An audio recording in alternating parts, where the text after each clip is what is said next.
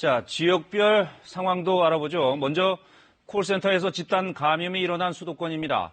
서울, 경기, 인천 수도권의 확진자는 이제 430명을 넘었습니다. 분당 재생병원 관련 사망자도 2명으로 늘었습니다. 서울시청을 연결합니다. 자, 김진아 기자, 구체적인 수도권 확진자 현황 정리해볼까요?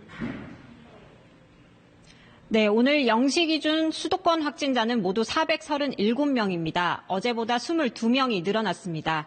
지역별로 보면 서울이 225명, 경기 185명, 인천이 27명입니다. 다행인 것은 구로구 콜센터 관련 확진자는 어제 오후 상황에서 더 늘지는 않고 있다는 점입니다. 오늘 오전 10시 기준으로 구로 콜센터 관련 확진자는 어제와 같은 109명입니다. 하지만 확진을 받은 직원들과 접촉한 가족, 지인 등에게서 2차 감염이 계속 확인되고 있어 긴장을 늦출 수 없는 상황입니다. 한편 앞서 집단 감염이 발생한 분당 재생병원에서도 오늘 새벽 30대 의사가 추가 확진을 받았습니다. 또 이 병원에서 확진된 70대 여성이 오늘 사망해 분당 재생병원 관련 사망자도 2명으로 늘었습니다.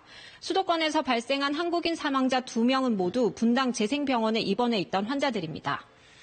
네, 콜센터 관련 확진자는 늘지는 않고 있는데 2차, 3차 감염이 있었는지가 앞으로는 중요하다 이런 얘기인데 서울시는 그럼 어떻게 조치하고 있습니까? 네, 서울시는 코리아 빌딩 거주자와 직원들에 대한 검사가 거의 완료됐다고 밝혔는데요. 검사 첫날인 지난 10일 430여 명에 이어 둘째 날 검사받은 80여 명도 모두 음성 판정이 나왔습니다. 문제는 이 건물에 방문한 사람들에 대한 조사인데요. 서울시는 10층 확진자의 증상 발현일이 지난달 22일인 점을 감안해 지난달 21일부터 이번 달 11일까지 이 건물을 방문했던 사람들을 모두 파악하기로 했습니다.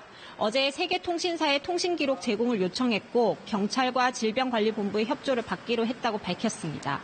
이를 토대로 방문자에게 문자 메시지를 보내 증상이 있는 경우 선별진료소를 방문하도록 안내할 예정입니다. 한편 신천지 법인 허가 취소를 위한 서울시의 청문 절차가 오늘 오후 열립니다. 오늘 청문 절차에는 이만희 총회장 대신 법률 대리인이 참석할 예정입니다.